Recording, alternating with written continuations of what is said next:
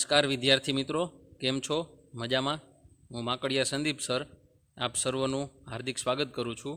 આ online education સિસ્ટમમાં આપ સૌનો હૃદયથી આવકારું છું. આજે આપણે બંધારણના મૂળભૂત લક્ષણો વિશે ચર્ચા કરીશું. તો આપણે અત્યાર સુધી જોયું કે બંધારણના આધારસ્તંભો. હવે ત્યારબાદ આપણે નેક્સ્ટ ટોપિક જોઈએ તો બંધારણના લક્ષણો. આપણું બંધારણ છે એના મૂળ લક્ષણો કયા કયા છે? આપણું બંધારણ શેનાથી ઓળખાય છે? આપણું બંધારણ વિશ્વમાં સૌથી લાંબુ લેખિત બંધારણ છે. તો આપણે એના લક્ષણો વિશે ચર્ચા કરીશું.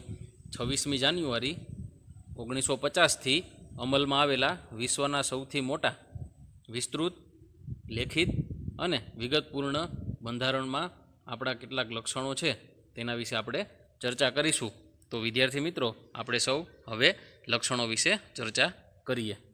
તો પહેલું લક્ષણ છે આપણા બંધારણનું લેખિત દસ્તાવેજ. જો વિદ્યાર્થી મિત્રો, આપણું બંધારણ છે તે વિશ્વનું સૌથી મોટું લેખિત બંધારણ છે. બ્રિટન અને ઇઝરાયલ, આપણે અહીંયા એના ઝંડા જોઈ શકીએ. આ ઇઝરાયલ અને આ બ્રિટન, આ બે દેશો સિવાય ભારત સહિત દુનિયાના બધા જ લોકશાહી દેશોના બંધારણ લેખિત સ્વરૂપે છે.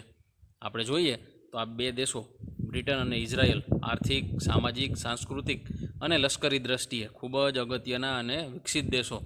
આના અપવાદ સિવાય દુનિયાના લગભગ બધા દેશો છે તે લેખિત સ્વરૂપે બંધારણ ધરાવે છે. બ્રિટન અને ઇઝરાયલ જ એવા દેશો છે કે જ્યાં લેખિત બંધારણ નથી, ત્યાં મૌખિક બંધારણ છે. તો ભારતની સામાજિક, ભૌગોલિક, બહુવિધ પરિસ્થિતિ અને પૂર્વ ઇતિહાસને ધ્યાનમાં લઈ આપણે બંધારણના ઘડવૈયાઓએ આપણું બંધારણ છે તે લેખિત સ્વરૂપે રાખવાનું મુનાસિબ માનેલું. ત્યારબાદ આગળ વાત કરીએ બંધારણનું કદ. આ બીજો ટોપિક છે. આપણા બીજું લક્ષણ, આપણા બંધારણનું કદ કેવડું છે. ભારતનું બંધારણ 22 ભાગોમાં વહેંચાયેલું, 395 અનુચ્છેદો એટલે કે આર્ટિકલ્સ અને 8 પરિશિષ્ટો, હવે હાલમાં એમાં સુધારો થયો છે, અને 12 પરિશિષ્ટો સાથેનું છે. એટલે કે વિશ્વનું સૌથી મોટું લેખિત દસ્તાવેજ છે. આ બંધારણમાં કેન્દ્ર અને રાજ્યની શાસન વ્યવસ્થા, તેમના આંતરસંબંધો, લોકોના મૂળભૂત અધિકારો, ફરજો, રાજ્ય નીતિના માર્ગદર્શક સિદ્ધાંતો, આપણું ન્યાયતંત્ર, આપણું ચૂંટણી પંચ, સ્થાનિક સ્વરાજ્યની સંસ્થાઓ જેવી કે લોકસભા, રાજ્યસભા, જિલ્લા પંચાયત, તાલુકા પંચાયત અને ગ્રામ પંચાયત. ત્યારબાદ લઘુમતીઓ અને પછાત અને વંચિત સમૂહો માટે ખાસ જોગવાઈઓ કરવામાં આવેલી છે. લઘુમતીઓ એટલે કે દેશમાં હિન્દુ સિવાયના તમામ ધર્મના લોકો લઘુમતીઓ છે કે જેની વસ્તી 50%થી ઓછી હોય. ત્યારબાદ પછાત લોકો અને વંચિત સમૂહો કે જે સામાજિક તાણાવાણામાં પછાત રહી ગયા, જે આર્થિક દ્રષ્ટિએ ખૂબ જ પાછળ રહી ગયેલા છે અને સામાજિક રીતે પણ પછાત છે, એવા બધા લોકોને આપણા બંધારણમાં સવિશેષ જોગવાઈ કરવામાં આવેલી છે. તેથી આપણું બંધારણ દુનિયાનું અન્ય બંધારણો કરતાં લાંબુ, વિસ્તૃત અને વિશદપૂર્ણ બંધારણ છે. આપણે નીચે જોઈ શકીએ કે આપણી ફંડામેન્ટલ ડ્યુટીઝ એટલે કે આપણે જે આપણી ફરજો, કેટલી આપણી ફરજો છે તે આપણા તમામ પાઠ્યપુસ્તકના ફ્રન્ટ પેજની પાછળના પેજ ઉપર આપેલી હોય છે.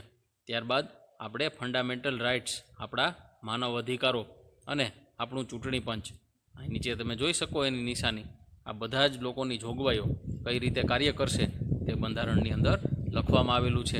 ત્યારબાદ આપણે વાત કરીએ તો ત્રીજું લક્ષણ, એક જ નાગરિકત્વ. ભારતમાં તમામ લોકોને એક જ નાગરિકત્વ મળે છે. અમેરિકા જેવા દેશમાં દરેક વ્યક્તિને બેવડું નાગરિકત્વ મળે છે. એટલે કે એક અમેરિકાનું અને બીજું પોતે જે રાજ્યમાં વસવાટ કરતા હોય તે રાજ્યનું નાગરિકત્વ. એટલે કે અમેરિકામાં 2 નાગરિકતા મળે છે ત્યાંના નાગરિકોને, પણ જ્યારે ભારતમાં ગમે તે રાજ્યમાં આપણે રહેતા હોઈએ, આપણે એક જ નાગરિકત્વ છે. એટલે કે આપણે માત્ર ભારતના જ નાગરિકો છીએ. આપણે ત્યાં રાજ્યનું નાગરિકત્વ નથી. આપણે ત્યાં રાજ્યની અલગ નાગરિકતા જેવું કંઈ નથી. માત્ર જમ્મુ કાશ્મીર રાજ્યમાં બેવડું નાગરિકત્વ છે. પણ હવે આપણે 370ની કલમ નાબૂદ થઈ છે, એટલે હવે પણ ત્યાં પણ હવે એક જ નાગરિકત્વ મળશે. એટલે કે એક ભારતનું અને બીજું જમ્મુ કાશ્મીરનું. આપણે અહીં જોઈ શકીએ કે હવે જમ્મુ કાશ્મીર અને લદ્દાખ બે અલગ કરવામાં આવ્યા છે. હવે ત્યાં પણ એક જ નાગરિકતાની જોગવાઈ હશે. ત્યારબાદ હવે અહીંયા જે અમેરિકાનું નકશો આપેલો છે તેના 50 રાજ્યો આપેલા છે, ત્યાં બેવડા નાગરિકત્વની જોગવાઈ છે. ત્યારબાદ આપણે ચોથું લક્ષણ જોઈએ, મજબૂત કેન્દ્રવાળું સમવાય તંત્ર. ભારતના બંધારણમાં ક્યાંય સમવાય ફેડરલ શબ્દનો ઉપયોગ થયેલો નથી. ભારતના બંધારણને રાજ્યોનો સંઘ કહેવામાં આવે છે, એટલે કે યુનિયન ઓફ સ્ટેટ. ક્યાંય એક જ રાજ્યની અગ્રીમતા નથી. બધા જ રાજ્યો છે તે એક સંઘ છે જે ભારતની નીચે આવે છે. આમ ભારત સંઘીય રાજ્ય છે. સંઘ શબ્દ દ્વારા ભારતમાં કેન્દ્ર અને એકમ રાજ્યો વચ્ચે ક્યારેય પણ ન બદલી શકાય તેવા કાયમી સંબંધો લેખિત સ્વરૂપે સ્પષ્ટ કરવામાં આવેલા છે.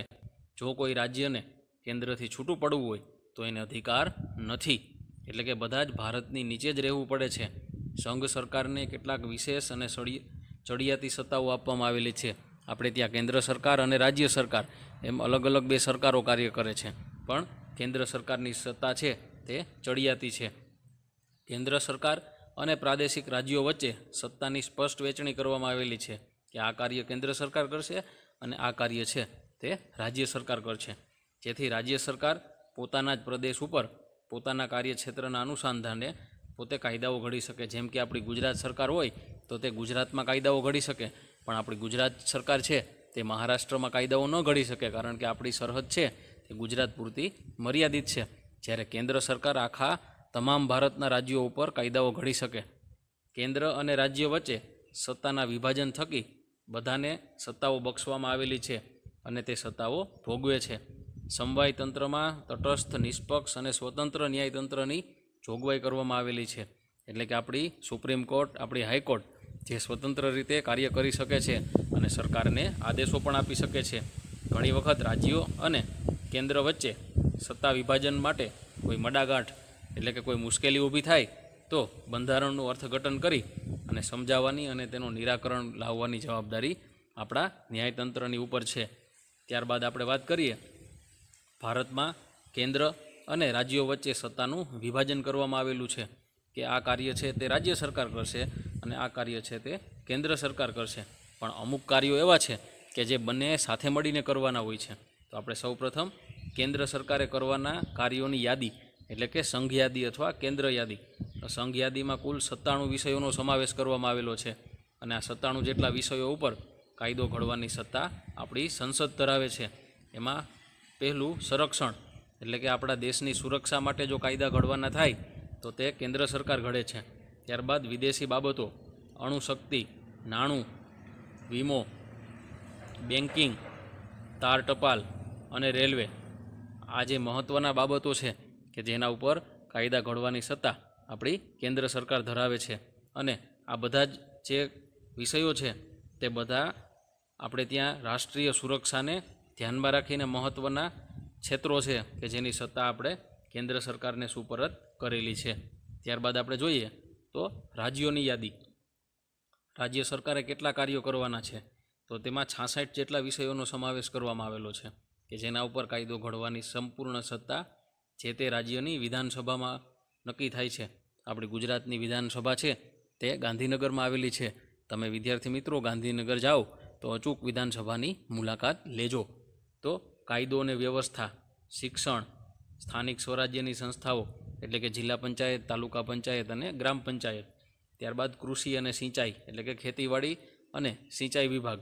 ત્યારબાદ આરોગ્ય વિભાગ. ત્યારબાદ ભૂમિ એટલે કે જમીન વિભાગ અને રાજ્યોના આંતરિક વેપાર વાણિજ્યની સેવાઓ જે રાજ્યની અંદર વેપાર થતો હોય તેમાં તમામ કાયદાઓ ઘડવાની સત્તા છે તે રાજ્ય સરકારને છે.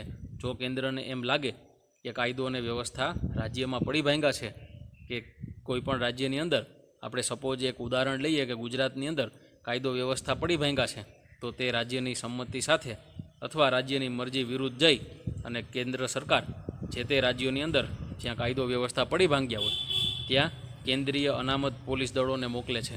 એટલે કે CRPF, એ સિવાય એક્સ્ટ્રા BSF, એ સિવાય જે પેરામિલિટરી ફોર્સ હોય છે, CISF હોય છે, તે બધાને રાજ્યમાં મોકલે છે અને ત્યાંની સ્થિતિ સંભાળે છે. ત્યારબાદ આપણે વાત કરીએ સંયુક્ત યાદી. વિદ્યાર્થી મિત્રો, આ એવી યાદી છે કે જેમાં 47 જેટલા વિષયોનો સમાવેશ કરવામાં આવે છે કે જેમના ઉપર કાયદો ઘડવાની સત્તા કેન્દ્ર અને રાજ્યો બંને ધરાવે છે. પરંતુ જો રાજ્ય સરકારના કાયદામાં વિવાદ કે સંઘર્ષ આવે તો કેન્દ્રનો કાયદો ચડિયાતો ગણાય છે. એટલે કોઈ એક વિષય ઉપર કેન્દ્ર સરકાર અને રાજ્ય સરકાર બંને કાયદો ઘડે તો બંને વચ્ચે જો વિવાદ ઊભો થાય તો જે કેન્દ્રનો કાયદો છે તે ચડિયાતો રહે છે. આમ સમવાય તંત્રની અંદર કેન્દ્ર સરકારને વિશેષ સત્તાઓ આપવામાં આવેલી છે. તો આ સંયુક્ત યાદીની અંદર દીવાની અને ફોજદારી બાબતો એટલે કે અદાલતના બે પ્રકાર હોય છે, દીવાની અદાલતો અને ફોજદારી અદાલતો. દીવાની અદાલતોની અંદર આપણે ત્યાં જમીન મકાનના કેસો હોય છે, માલ મિલકતના કેસો હોય છે, જ્યારે ફોજદારી બાબતોની અંદર મારપીટ, ખૂન, મારામારી જેવા અગત્યના અને ખૂબ જ મહત્ત્વના કેસોનો સમાવેશ થતો હોય છે. ત્યારબાદ લગ્ન, છૂટાછેડા અને ભરણપોષણ આ બધી બાબતો છે તે સંયુક્ત યાદીની અંદર આવે છે.